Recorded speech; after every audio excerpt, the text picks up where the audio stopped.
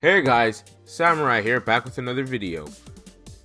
I'm sure we've all asked a question at one point in time. What would happen if we were in the Pokemon anime? What teams would we have? What would be our combinations? What regions would we travel? Who would be our rivals, companions? What would we do? What would be our profession even? Well, today I'm here to answer that question. I am doing the Monster Journeys tag started by the legend Crasher Wake himself, not Crasher Wake, Crasher Plays and Reacts himself.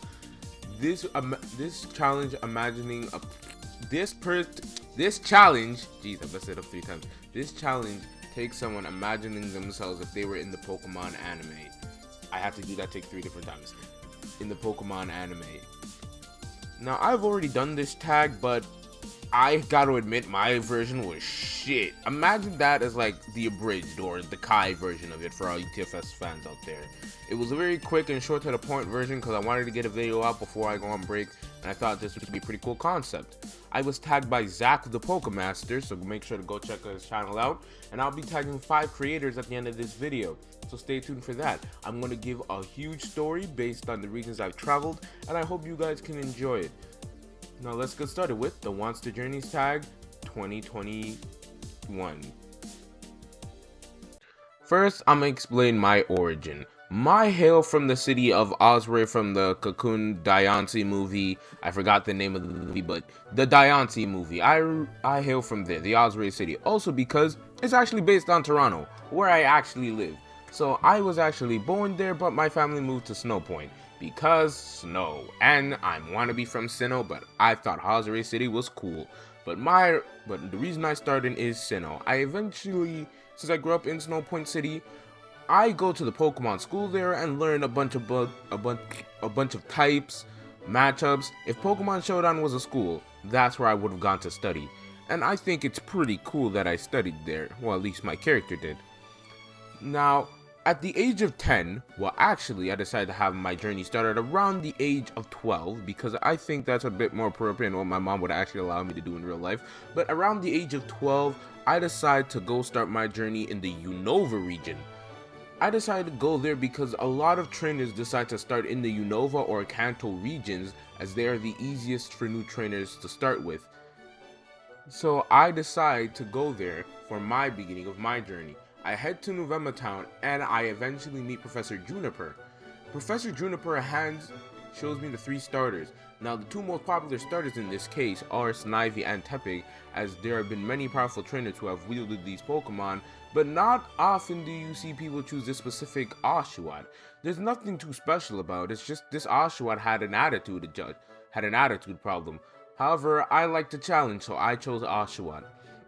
For the rest of this video, I'll either call it Samra, Duat, or Dai the Oshawott. I decided to nickname it Dai after Daineki, its a nickname in Japanese. So, me and Dai decide to go off on our journey, and we don't get along at first. What a surprise. Dai eventually runs off to the harbor of Unova Town, and he actually ends up meeting into another legendary. What a surprise, another legendary dragon appearing at the harbor just like somebody else. But we actually do run into a legendary Pokemon. Now this legendary Pokemon creates a massive hurricane and it's shrouded, but we can still barely make out the shape. I take out my Pokedex last minute in order to check what Pokemon it is. And then when I check it, it says Lugia. It says Lugia is the guardian of the seas. Me and Oshawott, clearly inspired by this, or Dai, clearly inspired by this, definitely decide to go and try and beat Lugia. We try to match it and surpass its level, and that is our goal. Not to become champion, but to beat Lugia. That is one of our goals. So I go through Unova, and I really suck. The same way Ash kind of sucked in OS, but I don't get my gym badges through pity. I have to try repeated times to get my gym badge. For example, for my first gym battle against Stratton City, I did choose Chili, and I did win by the skin of my teeth. However, I did have a team that was Unova-centric, but it's not permanent, very similar to Ash's team, but I will bring up a permanent squad as my journey continues. So as my journey continues, I do end up meeting a rival and a traveling companion. Now my rival for Unova will be my good friend and fellow Anipoke tuber, who you should totally go subscribe to. Is Trainer Phoenix, a part of the Masters 8 podcast, go subscribe, a part of the Masters 8 podcast, and Zach the Pokemaster. While Zack is a minor rival to me in this region, Phoenix is my main rival, and Phoenix is incredibly tough to beat for me in the first time. However, he does not have a starter from the Unova region. He actually has a Score Bunny that, I don't know what he nicknamed it, but he has a Score Bunny. Me and him have a pretty competitive rivalry.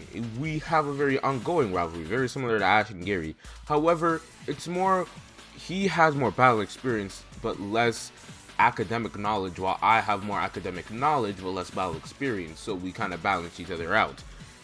We do actually end up going to the Unova League, but I don't get a chance to face him as he gets eliminated in around the 3rd round, and I only make it to the 3rd round also. I do get eliminated. However, I do meet a very powerful trainer who goes with the name of Sinnoh. Now, Sinnoh doesn't make it any farther than us. However, I do end up striking a friendship with him. A very friendly rivalry, if you'd say. Now, after this journey, I do head back to the Sinnoh region. However, I leave my Pokemon there with Professor Rowan, who was originally the professor I was supposed to go to, in his lab. He leaves them there because he's never really seen Unova Pokemon and wants to learn about them and learn about their biology. I have no problems with this, and I would love to build a new team along with Dai, who has now become a Duat. Now, Dai, who's now a Duat, is even more serious about battling. He grows incredibly stronger and takes battling a lot more serious. He's a lot more studious and studies a lot more with different techniques to use his Skull Chops with. I like this change, so I'm more than happy to help Dai with his growth. So when we head to the Sinnoh region, things don't really change all that much. However, we do get a new rival with someone who's just better than me. Infamous, yeah, Infamous, I'm giving you a compliment. If you're watching this video, I'm giving you a compliment. You're better than me at certain things, but he's just better at me in this case. He's been battling for longer and plans to win the Sinnoh League. Him and his Infernape. Now, in this battle, in this region, it looks to be a part 2. Like, I'm gonna try being better and try going to, push harder with my new team. Now, this new team, I end up catching 2 Pokemon that stay permanently on the team. Actually, 3 Pokemon. I catch a very hyperactive Ralts, almost like it's meant to be a fighting type. Wink, wink. I catch a very spiteful Staraptor. Well, not Staraptor, Starly, because he was raised by a bunch of Murkrow. So he isn't the most honorable fighter, but he still wants to fight. Imagine Ash's Swallow, but imagine if it had 10 times more attitude, always wanted to fight everything, and including, no matter how big it was, it would fight anything and everything. And there we go, you have my Starly. And that's all the Pokemon I kept. Other than Sawsbuck, I do keep my Sawsbuck from Unova. So I'm making my way throughout the league, along with Pokemon I caught in Sinnoh that I don't keep on my team permanently, but I just caught them for, laughs and giggles. Now, when we make it to Maylene's gym, something interesting happens. I've learned that my Starly is very competitive with his other friends and party members, such as Dai. It becomes so competitive to the point where it evolves just to keep up with Dai, who was going to win the Maylene battle, only for it to help us win the Maylene battle instead. Now, once I told my Pokemon of our goal to beat Lugia, and I told them about Lugia's opposite being Ho-Oh, let's just say Staravia made it its goal to defeat Ho-Oh. So, one time when we were trapped up in Snow Point City, right about to hit the edge of the town, there was a huge blizzard, and we got word that the legendary Pokemon Ho-Oh was going to appear. Now, my Starly snuck out of the house and tried to go fight it, and we actually, by complete luck, happened to find it. My Starly tries to fight it, and it's repeatedly failing and fainting. I try to return it, but it just will not listen to me, and will not respond. So, Ho-Oh's next move is to use the move Sacred Fire as to get this done as quickly as possible so we can leave. However, my Staravia got hit by the Sacred Fire, and it evolves meanwhile. Since it's evolving, its hair gets burned blue and has a shiny appearance. It becomes a shiny Staraptor. Now Staraptor learns close combat and is actually trying to do damage against Ho, and manages to land a Brave Bird on it, doing some damage. However, Ho-Oh is unscathed and then immediately throws Staraptor on the ground, which in that case now it faints. I told Staraptor that I want to help us control its power and I want to help it be Ho-Oh. So that's Staraptor's story. Now we can move on to Kirlia. Kirlia, we were on Iron Island doing some training. So when Kirlia, it's more of a fighting type than a psychic and fairy type, when it was in this state, it was super hard for it to just do anything. It sucked at being a psychic and fairy type, to the point where it got incredibly discouraged until Riley, who lives on our island, suggested that I use a Dawn Stone to help it evolve into a Glade. Once we do, it becomes 10 times better than it was. It's much more in its natural zone and can hit harder and faster. This version of it is even better in battle. However, due to the lack of training, it's not as strong as it could be, and it still got to get used to its new type and body. Now I can move on to Shinx. Now Shinx does evolve into a Luxio after we battle Gardenia, however that's not the important part. What is important is that Shinx's artificial electricity that it got shot by as a Shinx is overcharging its electricity to the point where whenever it attacks with an electric move, it's supercharged. So you can only imagine what would happen. However, one day as it evolved into a Luxio and decided to go off on its own, because that's what Luxio do apparently, it ran into the legendary Pokemon Raikou, and a common theme you'll notice about my Pokemon is that they think they're cocky, they think they're hot stuff. Luxio goes to challenge Raikou, and it's getting its shit kicked in. Now as Luxio is going to challenge him, I come last minute to help it out, and I actually take a front for Luxio. Luxio, seeing this, evolves into Luxray, and it starts glowing gold, but not for a long time. It glows gold enough for it to learn Wild Charge, and it's super powerful. I ended up doing some damage to Raikou. However, Raikou leaves. But after this, I started to notice that Luxray's power, when it comes to electricity, is supercharged and hits way harder. I decided to brush this off as it just may be a result of it evolving. However, I've noticed that in the battles that we keep on using electric type moves more and more, Luxray starts to gain golden tints. It starts to look golden, but it usually dissipates before the battle can get to the point of where it becomes fully golden. I don't know what this is yet, but I go enter the... Now the Sinnoh League is definitely one of my most intense leagues at this point. I've gotten a lot better, so I'm able to go further. I end up going to the quarterfinals. Now the quarterfinals is definitely going to be hyper tough. Like when I mean tough, I mean hyper tough. I end up fighting Infamous in the semi-finals. Now Infamous is one of the toughest opponents I ever had to face at this point. His team is definitely worthy of being a champion. I have to say so myself. However, our Staraptors tie in the beginning, and it doesn't go any better for that. Sure, I have Samurott on my team, but Samurott can only carry me so far. And Infamous came prepared for my Samurott and taught his Infernate Thunder Punch. Samurott was already kind of worn out due to the previous battles where it kind of had to carry, so it was all up to Luxray. Now Luxray, it uses its electricity more and more to the point where it becomes golden, and it activates Luxray Break. The Break is the mechanic from the TCGs. Basically, when artificial energy mixes with natural Pokemon, it creates this golden tin, which was supposed to be Mega Evolution, but not with stones. But anyways, back to the battle. Luxray manages to use Break, and it's tying with Infernape. It's matching its power and might slowly surpass it. However, Break takes a massive toll on it, and it ends up fainting due to how much it was using Break. I keep on forgetting how much electricity can put a strain on it after strenuous use. However, this does spark Rowan to call me again, and Rowan tells me to go see another professor who's studying something very similar to this, or someone who wants to be a professor and is trying to open his own battle facility in Koalut City. So that leads me to head to Kalos. But before I head to Kalos, I decide to go to the nature preserve between Kalos and Unova. There I meet one of the Kalos Elite 4, Drasna. We never seen her in the anime. I thought it was a real shame. But I get to meet Drasna, and I eventually get to meet the Black Haxorus. Except the black Haxorus isn't a Haxorus yet, it's an Axew.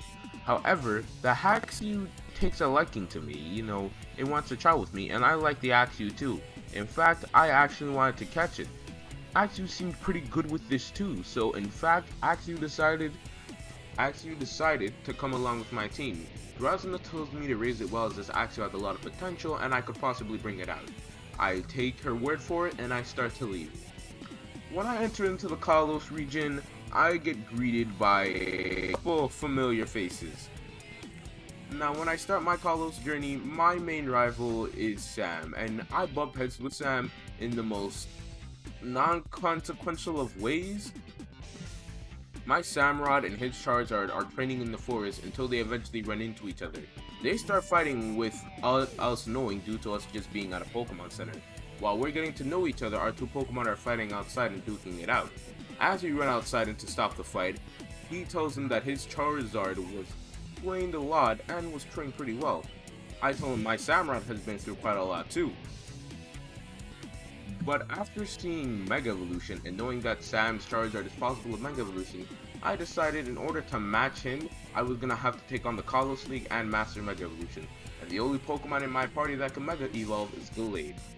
Gallade is ecstatic about Mega Evolution and wants to try it out immediately, so we go through the gym challenge, as one would do, until we reach the Tower of Mastery. Now in this case, I do manage to get a Galadanite, and a keystone for my troubles.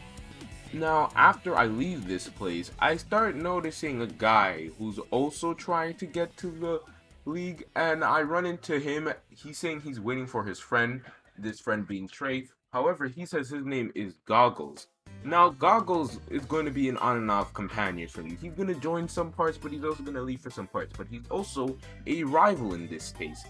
Now, while Goggles isn't a rival I fight, he's a rival that I'm pretty competitive with, and whenever I get a chance to battle him, I'll take him up on the opportunity. We have a pretty friendly rivalry, and it's one that I cherish. However, my main rival, again, from the Sinnoh League, Phoenix returns again. Yeah, Phoenix is back, everybody. And Phoenix is now back with a fully evolved Cinderace from the last time I saw him. Now, Cinderace and Samurott, they instantly recognize each other from the Scorbunny and Oshawott that they once were. And it looks like they want to continue their rivalry to the point where we make it to the Kalos League. I make it to the semifinals once more, and I managed to best Phoenix this time around. However, I actually lose to Sam's Mega Evolution due to Gallade not being trained hard enough, and I honestly blame myself for it, as I think I took a real slump in Kalos. Kalos was definitely my slump region, and a region I wasn't trying hard enough in. I made a lot of new friends and connections, yes, but I also lost a lot and wasn't putting myself to the fullest, and I should have taken it more seriously. Which is why when I head to Johto, I actually switched Kalos and Johto from the order they were supposed to be in. Which is why when I go to the Johto region, I take it a lot more serious. It's like Johto's my X, Y, and Z. Johto's something I put my all into, and when I mean my all, I mean all into. I go ham in battle, and I try my absolute best. However, my traveling companions for Johto are two people. They're Mythical Melmetal and Salami the Lucario. And while Salami the Lucario is there because we were longtime friends at the Pokemon school in Sinnoh, and he was also entering the Johto League, I'm entering the Johto League to win. Phoenix is also here, and we decide to settle our rivalry here and now due to it being an on and off rivalry. Now, I eventually do make it to the finals of the Johto League, because nothing eventful really happens in Johto for me to climb it done. So in the Johto League, I actually tie with Phoenix. Our rivalry is still undecided, and we still remain good rivals and good friends. Johto is not a region I'll touch upon because it's just like X, Y, and Z. I tried my hardest, I came in with a bunch of new battle styles, and my Pokemon grew stronger. However, knowing that this is the region where Lugia came from has me very interested to search the World Islands. We didn't find anything, however, it did give us a lead to where Lugia could appear next, and my journey continues on from here. So after I attempt to do Johto, I end up going to the region of Orre, hearing that Lugia was sighted there. I decided to look for Lugia for a while and take a bit of off gym battles and journeying. However, I know that this whole region is facing a crisis called Shadow Pokemon. And another companion that joins me for this is Salami once again, and Zero. I'm here with Zero and Salami, and we're here to help stop the whole spread of the Shadow Pokemon. However, we do end up fighting Shadow Lugia, and I have to end up fighting it. However, Samurott denies fighting it, saying that this is not the Lugia it wanted to face as an Oshawott. I respect Dai's wishes and use Luxray in this battle. However, a Houndoom who wanted to join my team due to it biting me on accident due to it being a Shadow Pokemon and me purifying it, it decided it wanted to join my team, so Houndoom and Luxray ended up carrying this battle for my team's side. However, we do let Lugia get away as Lugia ends up purifying itself and escaping. After this, I decided I wanted to take it easy, but I heard of the Z moves in Alola, and hearing that Alola is the best place to connect with your Pokemon, which I have been sorely lacking, I decided to head there immediately.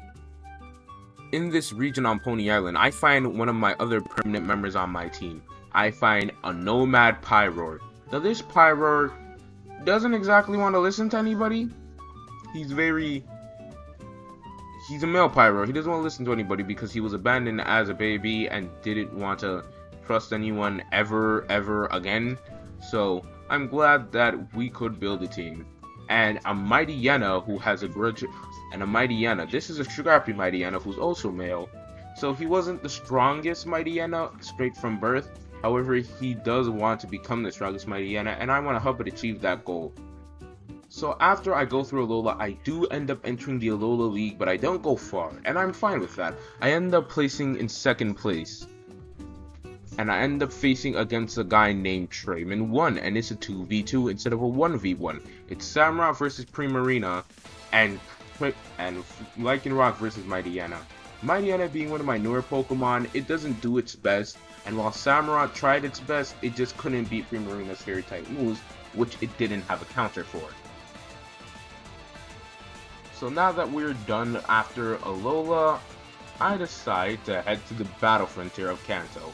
Now my traveling companions for this region are, as I said, Nile. He gets on my nerves, but you know, he helped me train with my Mega Evolved Pokemon. Not to mention his Pokemon are among the same level, so they make partners.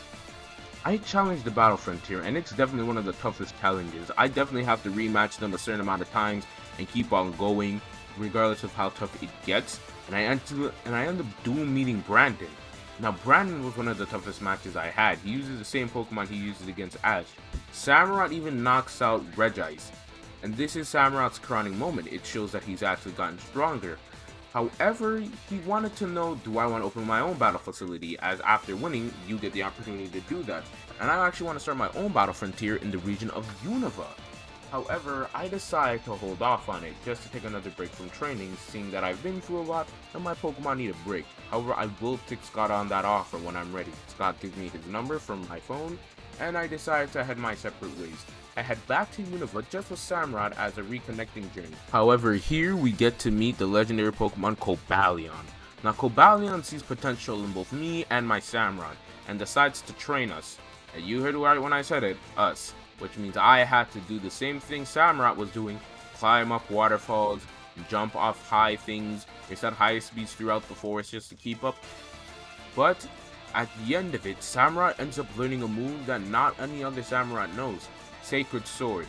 It's its only fighting type move, and it uses it like a champ.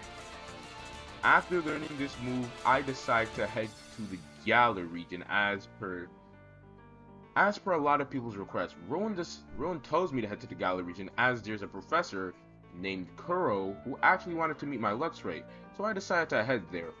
Once I heard that they do have a gym challenge, I decided to take part in it. Now my traveling companions for Galar will be Heartcloud Gaming, and Axel the Lucario. Now, they're good friends of mine, both of these guys, and I think I would actually travel the regions with these two guys. Now, my rivals for it will be Dino, Phoenix as always, Ultra Afro Man, and Xanolith. But Alex will also be a periodic traveling companion too. He'll be there from now and then. Now, I go my absolute hardest in Galar. Galar is a mix of me from my cockiness, But I also stay humble from Johto. I also stay humble from my Kalos journey. Not to mention, I also have my dream personality from Johto. So I'm taking all of my travels and combining it into here and putting it all like into action. However, I do get to meet this Professor Blitz who wanted to see my Luxray. He ends up taking a look at Luxray and asks if he could look after it for a while to study it more often. However, I do get to use the Eevee that I caught in the wild area more, and it eventually evolves into Umbreon. Now Umbreon is a powerhouse, he's such a tank, and he's my second dark type Pokemon. However, I keep on going throughout the league and I eventually reach the finals. I end up beating all my rivals. It's a tough match, even against Zanolith, who I remember from the Unova League, and his Sceptile and my Gallade end up having a clash. But I do end up winning just by the skin of my teeth. Now when I go to face Phoenix, you'll never guess what happens again. Phoenix uses Gigantamax, a form I never knew he had, and this form is just wailing on Samurott until Samurott remembers its training and turns on Torrent on will due to it being so pissed off. It uses the move Sacred Sword to cut through the fireballs that Cinderace is facing our way, and they end up tying due to them both being over-exhausted, so none of us get to face Leon. However, Leon says there's a bigger tournament that we could both take on, the Pokemon World Coronation Series, and I learned that all my past traveling companions and rivals are also taking part in this series, except Alex. He said he was a coordinator, but these are also competing in this series. So I decided to take him up on that offer, and I spend the rest of my time training in the Isles of Armor and exploring the Crown Tundra as you do in the games. However, I do end up meeting two trainers that are quite powerful while I'm doing the PWC. I meet the Pokéraph with a Charizard named Fuego who ends up beating my Gallade, and I meet Zack who ends up beating my Samurott, not even using his special form. These two actually end up forcing me to try even harder than I did in Johto to get better, and allowing to finally beat Phoenix and to finally ruin our tying record that we keep on having. And I hope to face more rivals like them in the future. Now that was the story. Now let's cover my full and complete team. My team went from here to there to everywhere. Now my full and complete team is Dai the Samurott, my Sawsbuck, Dai is the only one I named. Dai the Samurott, my Sawsbuck, Staraptor, Mightyena, Pyroar male, Mightyena, and my Pokemon on rotation are my shiny Haxorus, Mega Gallade, and Umbreon. However, Umbreon is on my shoulders, so him and Mightyena often switch out. My team tries their absolute best to help me out and help me get through tough situations, and I love them for it. And if you're wondering if me and Dai ever beat Lugia, well, that's my next point. Me and Samurott's bond. Me and Samurott's bond isn't your typical Pokemon and trainer bond. Our bond is... it can't consummate into a whole new form. We're not Greninja, sorry. However, our bond is more... I understand Samurott better than anyone else, at least my Samurott. My Samurott will only fight honorable opponents or opponents I see as honorable. If I see an opponent as dishonorable, Samurott won't fight it. And if there's an opponent that Samurott thinks is dishonorable, I won't even make a second chance of calling out Samurott unless I absolutely need to. Samurott is even kind of a big brother figure to all the other Pokemon on my team. He's a level to strive towards. We can look at my Staraptor again, who wants to surpass my Samurott no matter what, and eventually reach and surpass its level. We can think of my Haxorus, who kind of thinks of Samurott as a big brother due to them both being from Unova, and Samurott kind of teaching it how to use its slashing moves. My Umbreon and Samurott often usually tag teams. Sawsbuck and Samurott were part of my original team. Luxray and Samurott are the two powerhouses of my team, so they have a nice friendship. Pyroar and Samurott, both... Pyroar looks to Samurott as a sign of dignity and a sign of what he could achieve, and Mightyena often uses Samurott as a way of trying to make him more responsible, like he's a role model for my Mightyena. So what I can say is that my Samurott, he means stuff to the team. He's trying his best, and when my Samurott eventually loses, and loses multiple times, it puts low morale on the team. However, me and my Samurott don't give up, which I love them for it. My team always is training and trying to get stronger. Now, currently, what we are currently doing right now with my team is currently in the Isles of Armor training their butt off.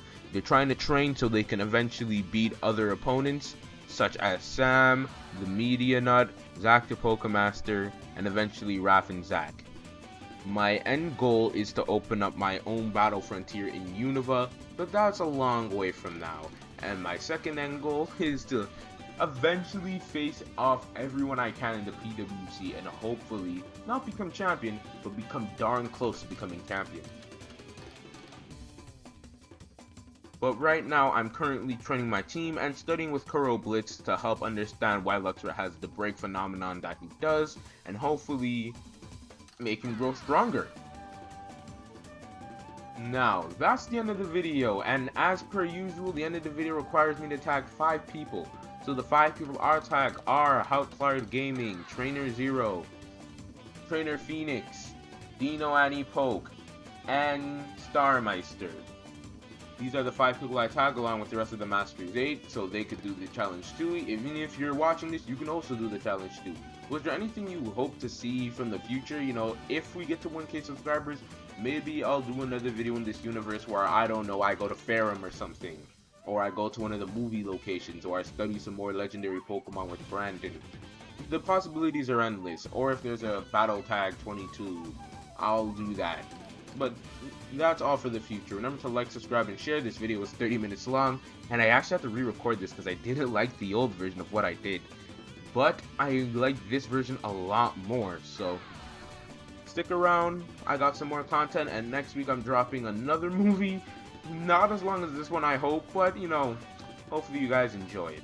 Samurai out.